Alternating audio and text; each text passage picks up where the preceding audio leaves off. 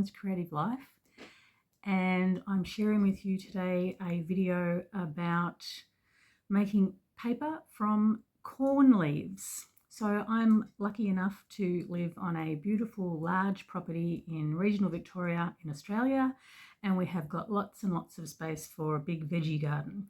So every year we plant corn. This year we've got 3 corn patches, and it's the end of the season. We're in the middle of autumn here at the moment, and so we have got lots of dead corn stalks in the garden. So I'm going to strip them of the leaves and we're going to make some paper. Now this is going to be the first in a series of videos where I'm going to use the products from the corn leaves. So we're going to use the corn leaves in today's project, and then there's going to be another upcoming video where we're going to use the water that is the byproduct of boiling down the corn leaves. We're going to use that water to do some eco dyeing with some botanicals from the garden also. We're going to eco dye on paper and tissue paper and fabric in that corn water, which should, when it's been boiled down, should be a really beautiful, luscious, goldy sort of colour. So that will be exciting to experiment with. And then the third and final video will be about just creating pigment from the paper that is, the water that is then also left over from the eco-dyed paper project. So 3 videos. So yeah, by all means, if you're interested in that sort of thing, do subscribe, and then you'll get notifications. Hit the bell.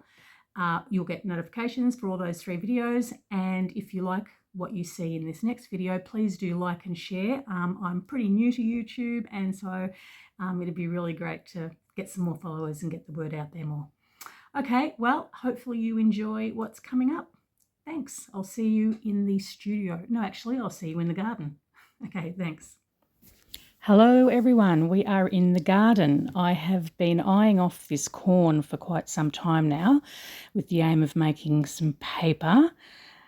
The leaves look very luscious and beautiful, so I'm going to use some secateurs. I'm going to pretty much cut them all off. We've got 3 different corn patches, so I'll be raiding them all and should end up with a nice big basket of leaves. Crunch, crunch. And here we have the basket of leaves, and they look great. I have got plenty. I think I'll be able to make quite a bit of paper, and we're going to head back to the studio. Okay, so here we are in the studio. I have got a old frying pan relegated from the kitchen, which I use for eco dyeing, dye extraction, paper making, all of those sorts of things. So I just use it for that, and I'm going to just turn it on so the water is going to start warming up as we're talking. And I've got some tongs to retrieve the corn leaves once they are cooked. I've got some secateurs to chop them up. You could use scissors, of course. I've got some bicarb of soda, which we're going to use to break down the proteins of the plant material. In some parts of the world, it's called baking soda, soda ash. In Australia, we call it bicarb. And I'm sorry to say I don't actually measure it out, but we'll cross that bridge when we come to it. And of course, I've got all of my corn leaves that we picked earlier. So while this is warming up, I'm going to start to chop those into smaller pieces.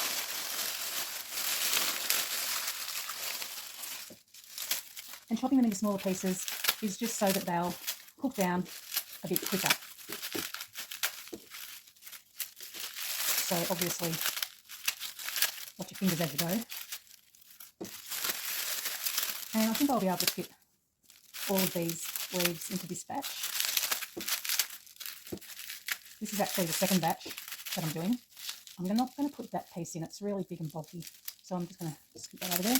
This is the second batch that I did of all the leaves that we picked earlier. And that's because I did film the first batch that we did, but I didn't really like the film. Don't worry about that noise there in the background. That was the pump. I live on a property in regional Victoria in Australia, and we don't have town water. So I'm on tank water, but I also have a bore, which goes down to the most amazing spring water, which a company locally actually bottles and sells. So I get it for free, which is a bonus. So that's what that noise was. Another noise that you might hear in the background occasionally is my chickens. I've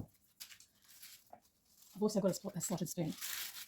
So the chickens are doing a bit of a squawk because they know that they're going to get let out for a bit of free ranging soon.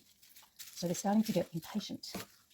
We have to let them out under strict supervision. I'm going to put a little bit more water in here. I think it's not quite deep enough. We let them out under strict supervision because otherwise they attack the veggie batch, the veggie garden. So they can be naughty girls.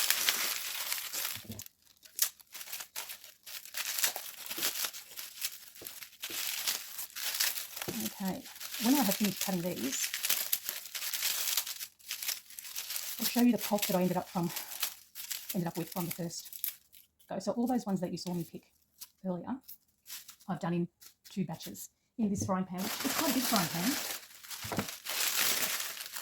It's like a big, I guess what you'll call a family size if you're using it in the kitchen. So it is quite large.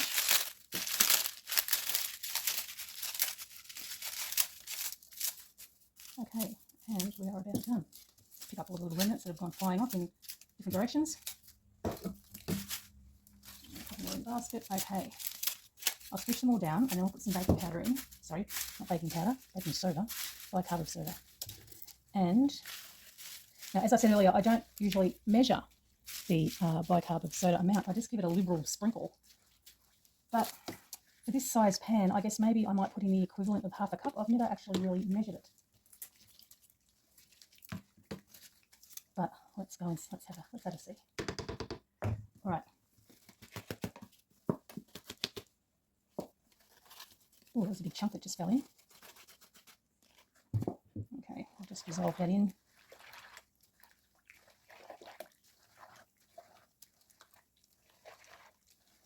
Put a bit more.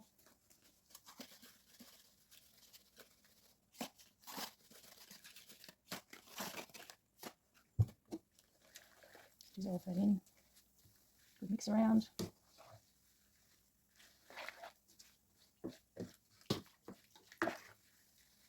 Okay, now I'm going to let that come to the boil. So I've got it filled up, turned up to the full amount at the moment on the dial, just till it comes to the boil, and then I'm going to turn it down to a medium simmer. I don't want it to go off the boil too much because I want it to keep breaking down those protein fibres.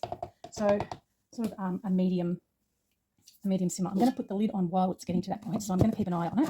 I'm going to close the little doobly up the top because I want it to come to the boil as quickly as possible, just for the sake of time. While that's doing that, this is the pulp that I ended up with after the first batch. And there's the pump again. I probably should have turned it off before we started, but that's okay. All right, so it is quite soft and smudgy now, so it just smudges up really easily in my hand. So that when we get that into a blender later on, when I've done this second batch, we'll put it all together into a blender to break it down into a finer pulp. It will blend up in the blender really easily. Even these big thick pieces are quite smudgy now. They're the big bits that are in the centre of the stem, the leaf centre. They're quite smudgy, so they should break down really easily too in the food processor once we get it into there. So that's what that was. Okay, so I will leave this to get to the boil. I won't keep the camera on while we're getting to there. It's a bit like watching paint dry. So we'll just let that come to the boil and then we'll turn it down to a medium simmer. And then I'll check it every half hour or so just to make sure. I'm going to leave the lid on while it's boiling. I might open up the little air doobly up the top here by a half-ish, just so it doesn't overboil. But I'm going to check it every half hour or so just to make sure it doesn't become too dry, boil dry. If it does, I'll put in some more water. I didn't have to do that yesterday when I did my first batch, but I guess it's going to depend on your cookware that you use. So just be mindful of that. Okay, I'm going to turn the camera off now and we will come back when our pulp is ready to take out of the frying pan. Okay, see you soon. Okay, so we're back in the studio. I am happy with how the pulp is looking. Let's put that over there. It's nice and soft. I think it'll blend up really well. So we will turn that off and I'll ladle it into the bowl that I showed you earlier. And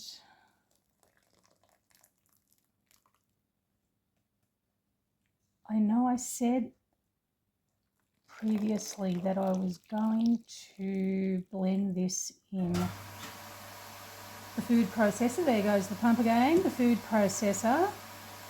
However, I've decided that I'm going to use the stick blender.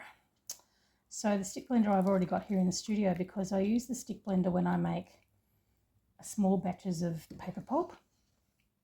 When I make large batches, I use a drill paint drill thingy. But for small batches, I use the stick blender. And I also use the stick blender when I make slip for pottery, because that's actually what I am by trade. And we're actually in the pottery studio now. So that's why I've got so much space. I might even go and turn that pump off actually, because it keeps going on and off.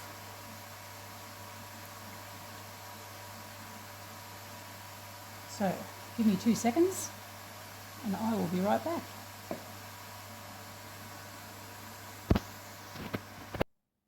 Okay, we should not have too much more noise going on now. Now I've got almost all of this out here, fishing it out. It gets a little bit difficult at the end.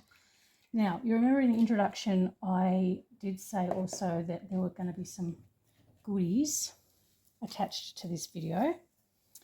So the liquid that we've got left from this is this beautiful colour. So what we're going to do is we're not going to throw this liquid away. It's liquid gold, literally and metaphorically by the looks of it. We are going to use that to do 2 things. I'm going to use it to do some eco dyeing on some fabric and some paper and some tissue paper. We'll go through all that. I'm going to use some botanicals out of the garden as well. And then I'm also then going to use the liquid to make some pigment for watercolour paints. So that is what we're going to do with this liquid. So don't throw it away. So I'm going to siphon that off. Well, actually, I don't need to siphon it off for the next project. I'm just going to let that sit there and cool. So I'll just move it out of the way over here.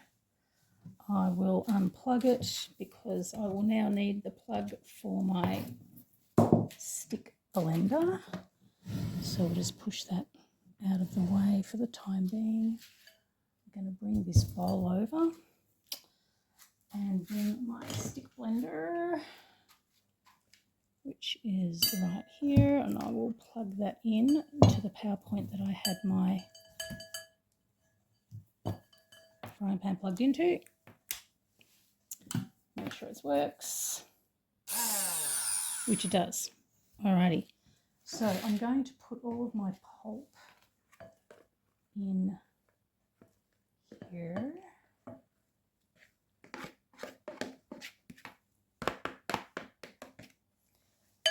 And just to make it a little bit easier to blend, I'm going to put a little bit of liquid in there, because we're going to be putting it into a vat of water to make the paper anyway.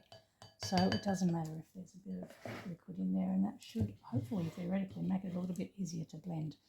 Now, if this doesn't work as well as it does with my small batch of paper pulps, which paper pulp tends to be a bit softer and more giving than this, then we can take it into the kitchen and use the food processor. But I thought I'd just give it a go initially and see how we go. So let's see what happens.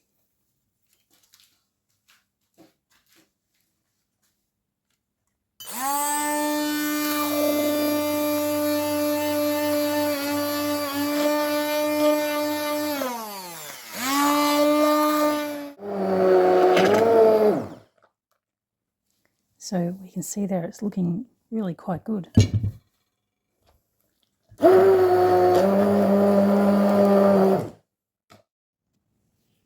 Okay, so we're up to the paper making part of the project, and I've got my pulp here all mushed up. Doesn't look very advertising, but I'm thinking that when the paper dries, it is going to be a little bit of a lighter colour. I've started putting a little bit of the pulp into my container, which is a 21 litre container for my frame,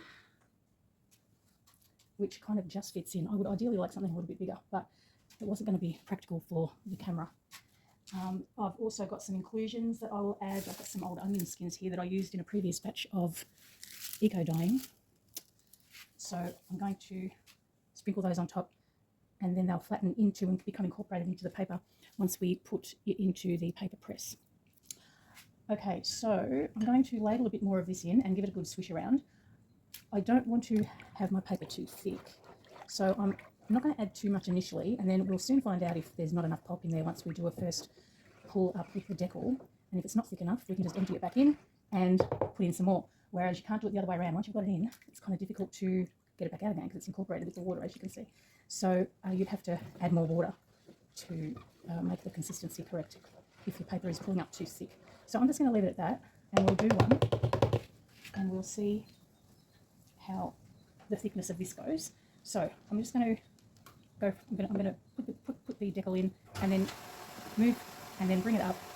There goes that pump again, and give it a bit of a swizzle, and then we're going to put it onto some paper, turn it onto some cloth. Sorry.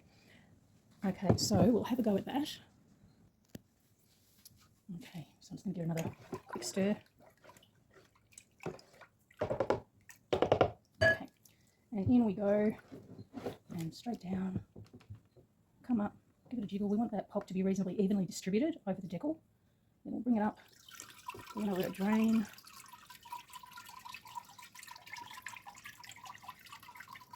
A bit more of watching paint dry here. Let it drain.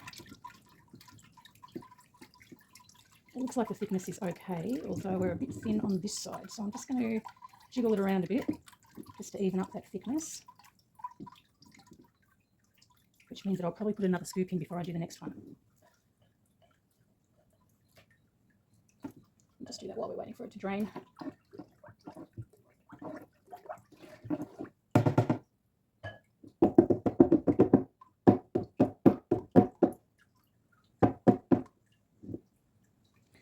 When I showed you my decal a little earlier, it still had remnants of paper on it from my previous paper making, and I didn't clean it properly. So what I did, it was really easy to clean. I just used an old toothbrush, gave it a scrub. It came up really easily. So no dramas with that. Just keep draining this water off a bit. So it's a little bit thin on this side, but that's okay. Just means it'll be a little bit transparent, which could be quite nice depending on the project that you want to use it for. I'm going to turn the paper out onto a piece of calico cloth, and it can dry on that. Go. I just want to line this up. I'm just going to turn it over onto the fabric.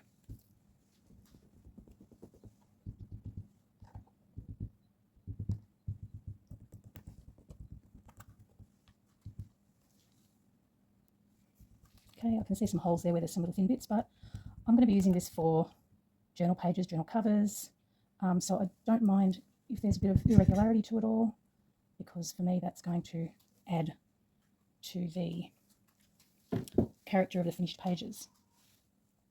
And all these little lumpy bumpy bits, they'll all get flattened out once we put it into the paper press. I'm just going to sprinkle some onions on here, just a few, don't want to overdo it. Okay, number one, let's move that over there so that we've got some paper for our next piece. Sorry, some cloth for our next piece. I'll just get that. Right, let's go. Just going to swizzle it backwards and forwards a little bit. Just get it nice and floaty. All right.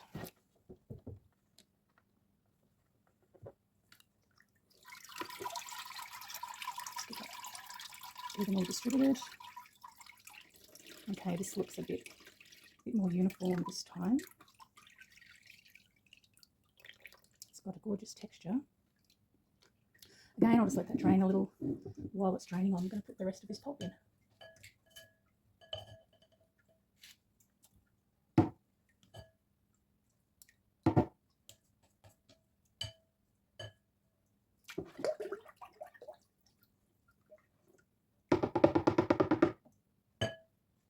Okay, it's looking really nice.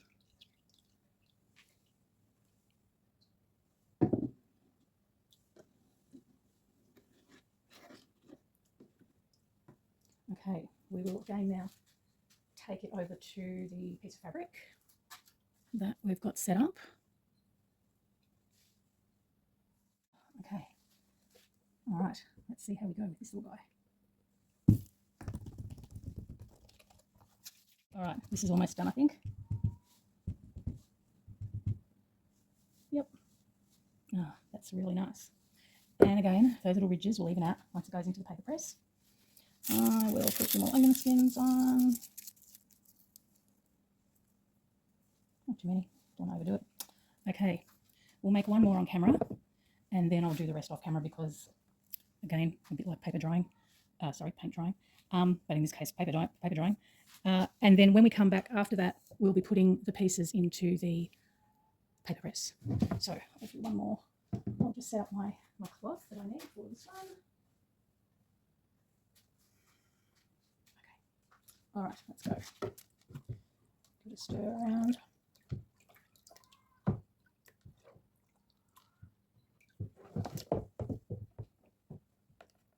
Try and bring it up nice and straight so that you get an even spread of your fibres. I just kind of align it with the top of my container that is straight, because I know that my floor is straight, amazingly. The studio is a concrete slab and it is really straight. So you can, it's got a little fold in it. I might try to get a straighter piece. You can, of course, make your own decals with picture frames, fly wire.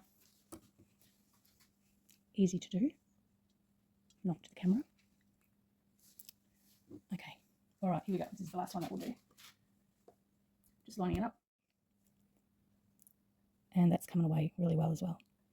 So that looks great. So we'll call it quits there.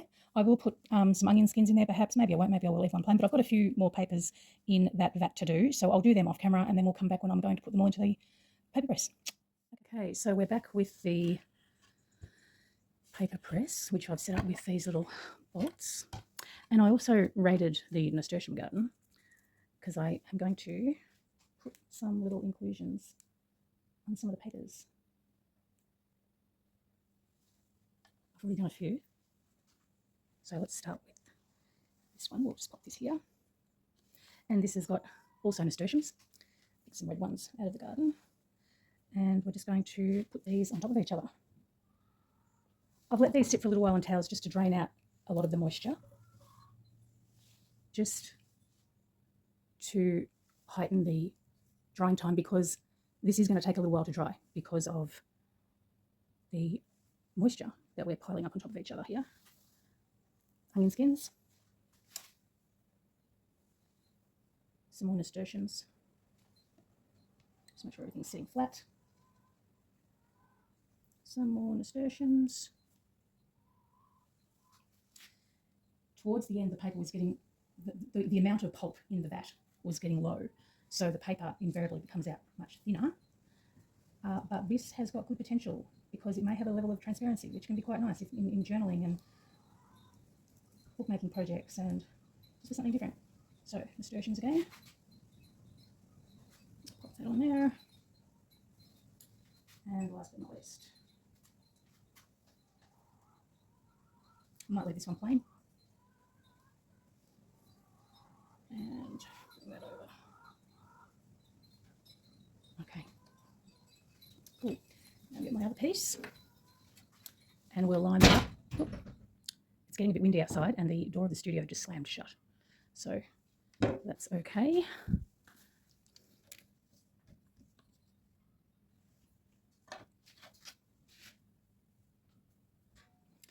Right, so we'll line these up, and this will get everything nice and flat, and we'll incorporate the inclusions into the paper as it's drying and get rid of any ridges in the paper, even it all out. But as I said, it will take a while to dry, so we probably won't get back to this for a couple of days to see the end result. It's quite warm here still where I am in the southern part of Australia. We're having we had a really hot and dry summer, which is unusual for where I am. The dryness is very unusual. And now it is middle of autumn, almost exactly the middle of autumn. And we're having 28-degree days and still no rain, which is not good for the garden. But I'm lucky here that I've got access to a lot of water. There's been a lot of people having to buy water, which I have not had to do. So I'm lucky in that regard.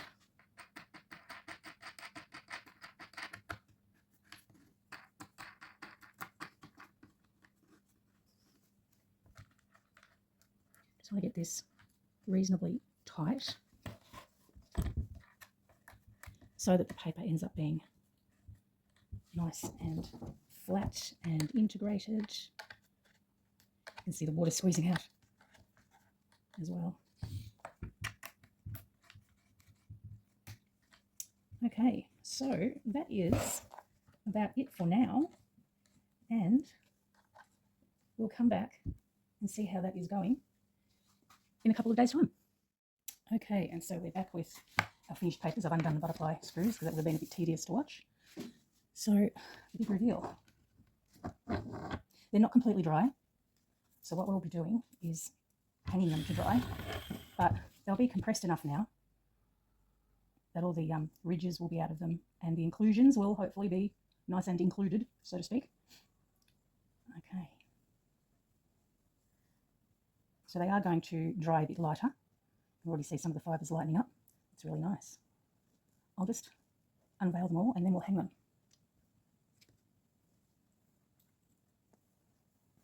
Okay. They're going to look great once they dry. That is for sure. I don't know if you can hear the chickens out there. It's almost time for them to be let out, so they're getting impatient. Okay, I've got one stuck on the front and on the back with this one, but that's okay because we're going to be hanging it. And this one has the nasturtiums.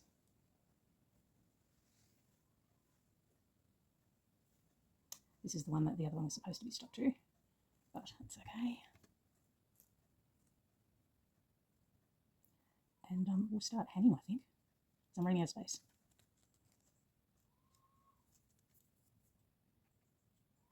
Okay. All right. So I've just got some pegs and I've got a clothes horse, which I find to be the easiest thing to use. So I'll just pull that forward a little bit.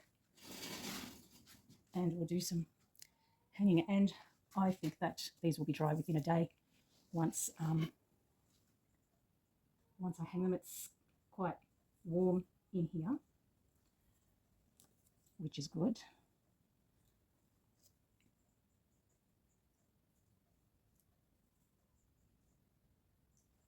And then once these have all dried, I'll come back and we'll do another quick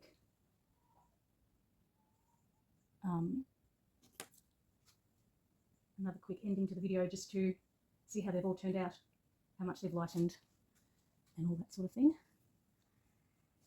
And then we'll go on to the next section, which will be doing some eco dyeing with the water that we boiled the leaves down in originally. This little guy might have to stay on the board to dry, which is fine. This one has also got some nasturtium leaves, and you can see how well integrated they've become while using the paper press. Okay.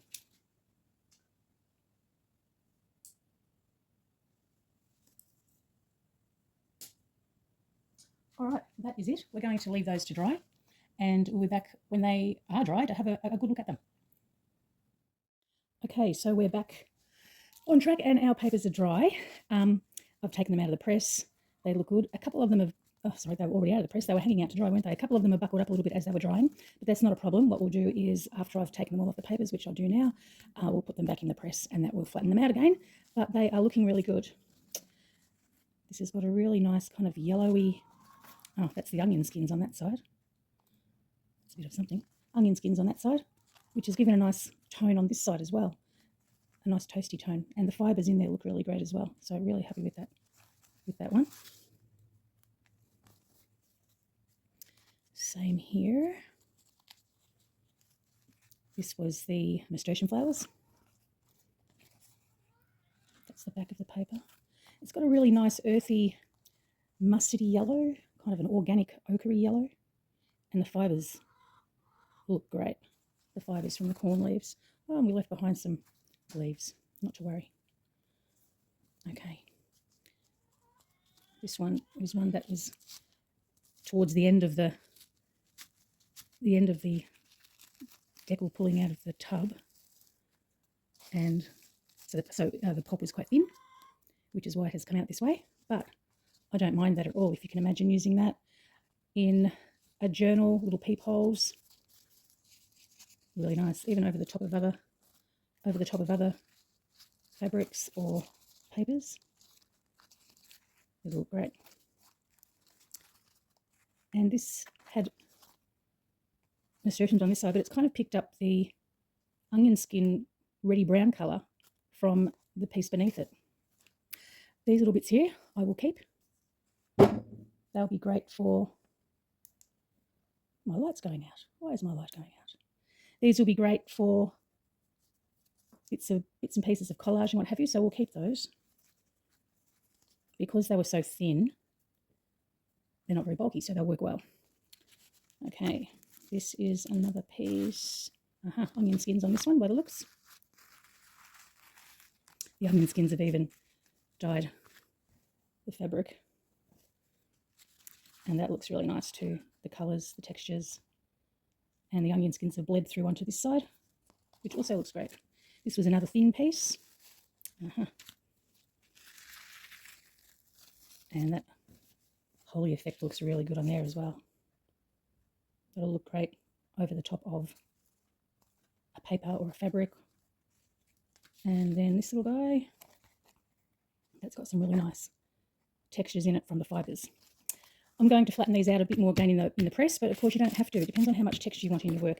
And these will be just like great. They'll become journal covers, pockets, envelopes, bookmarks, tags, anything and everything. So that is it. So if you enjoyed this, please do subscribe, thumbs up, and we'll be back soon with what we're going to do next, which is some eco dyeing using the water that we used to boil the corn leaves. So that should be interesting as well. See you for that video soon.